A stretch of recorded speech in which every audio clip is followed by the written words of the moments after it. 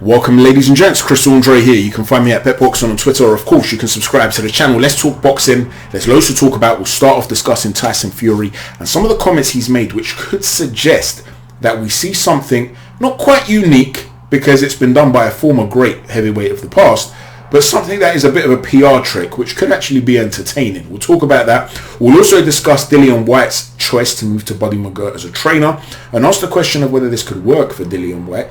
And we'll also then discuss an out-of-ring altercation between Ryan Garcia and Tank Davis and wonder whether this could potentially bring the two of the four kings to step out of their respective kingdoms and actually try and take the other one's throne. So let's talk about these things. We'll start off with Tyson Fury. He came out and predictably, almost daily now, he's putting out Instagram stories, and this time he said he's definitely going to fight Charr because he's the only one not ducking him, and that if a man wants to fight another man, he should be calling him out. And since he has called Tyson Fury out, Fury's going to oblige because Anthony Joshua doesn't want to fight. Well, obviously, as you can imagine, this did not go down well. But what Tyson Fury then did was put out a second Instagram story. And in that Instagram story, he offered to fight a second man on the same night. Now, this has been done in the past, and I'm not talking about prize fighter here. George Foreman, who was absolutely ferocious, had lost his aura after the defeat to Muhammad Ali. You have to understand, Smoking Joe Frazier was a beast. And when you have a moniker of smoking, you better be able to bring that smoke. And Smoking Joe did in every single fight. Well, then he ran into George Foreman and he got ragdolled. It was like watching a little pit bull attack a bear. He got torn apart. People couldn't believe what they were watching.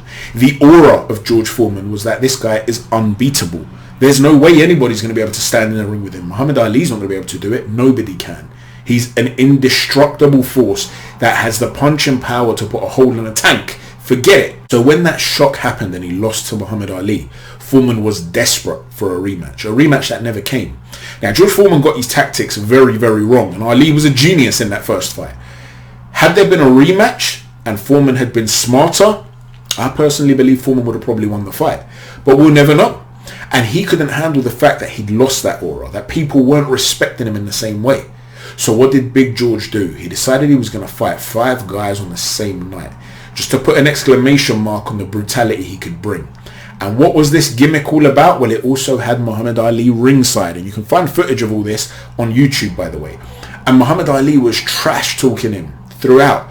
He was coaching the other fighters that he was fighting. He was supposed to be commentating and shouting from the sidelines, trash talking him. Foreman was trash talking him back. Foreman even got on his toes and started dancing around and popping a jab as though he was emulating Muhammad Ali. It was a really sort of funny PR night. Now, it descended into just chaos and violence of all sorts. They had pushing matches with each opponent. Some of them he was rolling around on the floor with after each scheduled fight. He started bullying his own cornerman. He was bullying opposing cornermen. Foreman wanted to put it out there that he was a proper heel, that he was still a monster, and he wanted to devour Muhammad Ali. And that was his bid to try and affect the public narrative, the public view of who he was. Well, maybe this is what Tyson Fury is trying to do, because unlike Foreman, he hasn't lost the fight. But his fans still have him on a pedestal. His fans feel that it's Anthony Joshua and Team AJ that don't want the fight. The opposing group of people are not seeing it that way. They're seeing it as he's rushing Anthony Joshua. Why is he so keen to try and quickly move on to somebody else?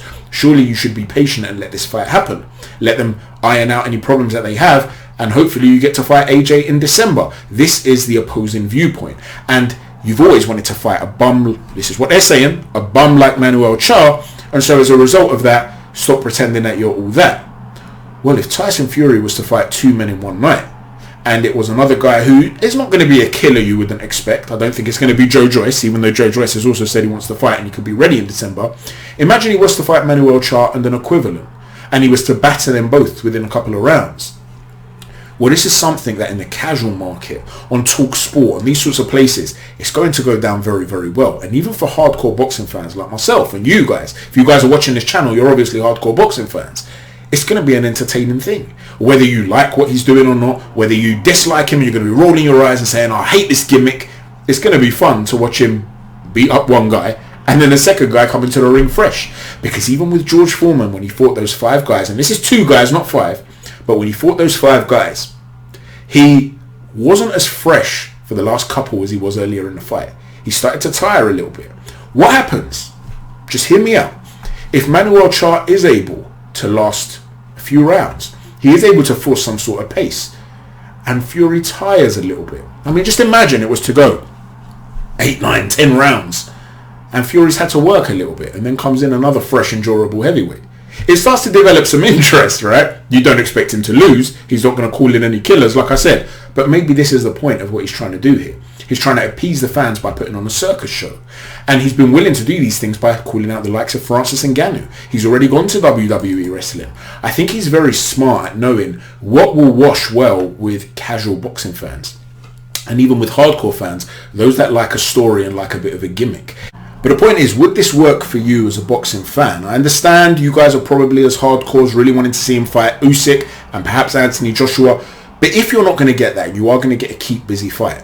Are you interested in him fighting Charr and then somebody else? Fighting two guys on the same night? As a gimmick, even if you're not interested, do you think it's something that would wash with casual boxing fans? You know, the majority of fans, if you're talking about a collective narrative that gets spread around the sport, is often pushed by casuals. When you talk about big pay-per-view events, it's not the hardcore boxing fans, it's the casual crossover fans that buy an event and make it into this star-studded event that everybody remembers. The people that are going to be talking about AJ and Klitschko in years to come from now aren't just going to be boxing fans. They're going to be football fans and rugby fans and all these other fans that decided they were going to tune in onto that big day. Same with Froch and Groves. The whole of London was talking about that fight. I was on the underground and I was on the tube, and there were two people opposite that clearly were not boxing fans. You could tell from their discussion, and they were involved in this debate. Oh yeah, I'm going to this fight, I can't wait. Yeah, I think Groves is going to do him. No, I think Froch is going to do him. And there was a lady at the end of the carriage, and she was looking over and sort of smiling and nodding away in agreement with one of the guys. And she then replied, I can't remember what she said, but it was clear she wasn't a boxing fan either. But the way she spoke, she was into it too. These are the types that are going to remember these sort of events. Oh yeah, I remember Tyson Fury. He beat up two big heavyweights in one night. And that's the sort of thing that adds to legacy. Because there's a legacy when it comes to the hardcore, and then there's legacy in general, the public narrative. And this is a very clever PR stunt, in my opinion. Let me know what you think. If it's just a Manuel Charr fight, it's not going to go down well. If it's Manuel Charr and one more guy on the same night, well, then it starts to add to the legacy of Fury, I believe.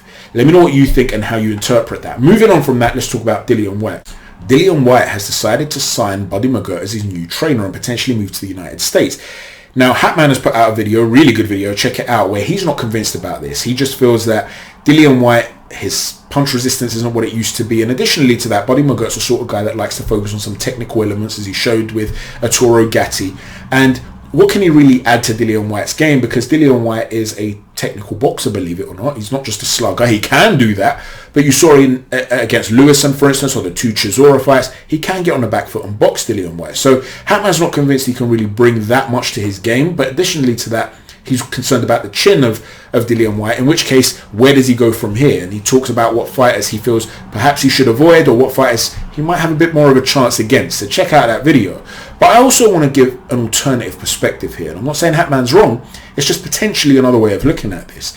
Buddy McGirt is true that he likes to be technical, and Dillian Whyte is a very good technical boxer. However, Paulie Malignaggi once gave an interview, on numerous occasions in fact, where he spoke about his experiences as a fighter, and he did train with Buddy McGirt. And he always says that the one fight he feels got away from him, if he was to have a rematch, he would have won that fight, and he's certain of it. It's the one fight he feels, listen, I lost to guys that were better than me, but the one guy I definitely should have beaten, I was all wrong for him, was Ricky Hatton. And the reason he felt that he lost the fight against Ricky Hatton is because he implemented some technical elements that Buddy McGirt brought to the game that just did not suit Paulie Malignaggi's style. Paulie said against a guy like Ricky, who would launch himself into attacks, he could jab and keep offsetting him, keeping him off balance, getting him turning. Buddy McGirt wanted Paulie to hold his feet, plant his feet more, and look to be a technical boxer sort of in the pocket. And this suited punchers rather than a guy like Paulie, who wasn't a puncher but was rather a mover. And so just the marriage of the styles did not work. And he was always desperate for the Hatton rematch, and he would have got it had Hatton beaten Senchenko, but he lost to Senchenko, so the rematch never came. And Paulie says that's his biggest regret.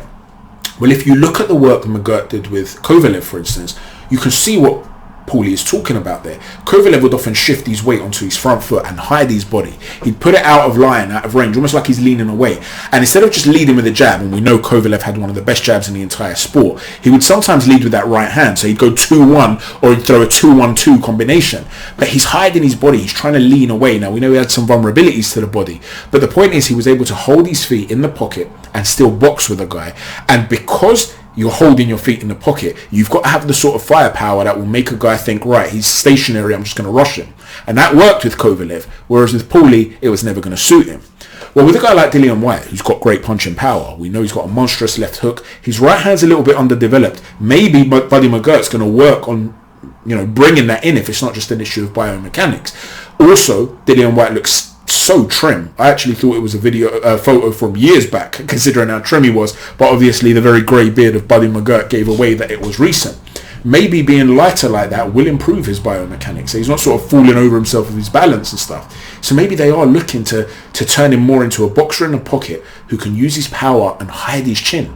Because if he does have this problem with his chin, if he can understand the angles of where to get his body, to take away the opportunity for big shots, learn to cover up to protect himself from the potential of an uppercut, which has caused him problems on so many occasions in his career, maybe it could work for Dillian Whyte. Maybe this is the thought process behind it.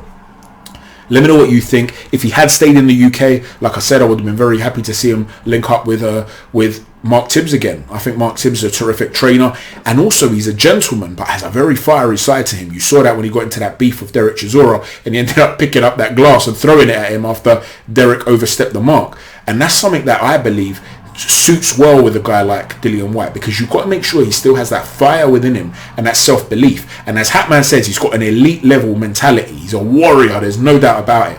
But he might have one or two question marks, some confidence issues following what happened with Tyson Fury. In his mind, he might start to be having some doubts about who he is now. And having a guy like Tibbs in your corner can't hurt, right? He's going to bring that confidence there. So if he'd stayed in the UK, maybe that could have been a route he goes down. But if he's going to move to the US, get away from things, he had been training a lot abroad anyway, maybe he's a guy that likes to train in the heat, then Buddy McGirt might very well be a good choice here. Let me know what you think about that. Finally, let's talk about a beef that's occurred between Ryan Garcia and Tank Davis. Apparently there was an altercation in the club where Tank Davis was with some people, Ryan Garcia was with one other friend of his, and they had an argument, and Tank apparently grabbed his chain, grabbed his shirt, grabbed his chain, and Ryan said, oh, it's like that, is it? You want to be disrespectful? And Tank was like, yeah, it's like that. So Tank was sort of putting it on him, and Ryan was saying, I was very composed, I was very calm, things were not going to get out of hand, there was a lot of security there. So I was cool, and I was just saying, okay, we're going to sort this out in the ring, don't worry, I'm going to handle you in the ring.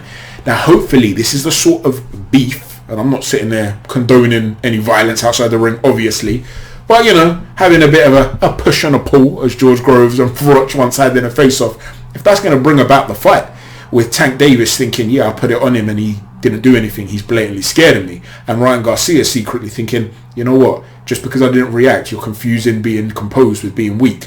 Wait till I get you in the ring and see what I do to you. It's a very interesting fight.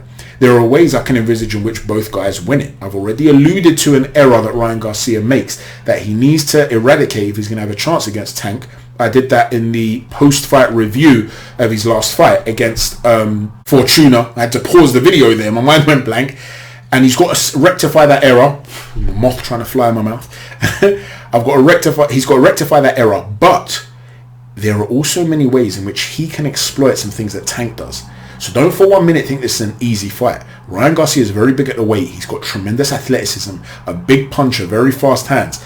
He could cause Tank some serious issues too. So it's a terrific fight, and hopefully we start to get to see these guys fight each other. So this could finally be something that we see occur. Sorry, this moth's flying in front of the camera now. What's going on with this dude? I have to catch him. There you go, caught him.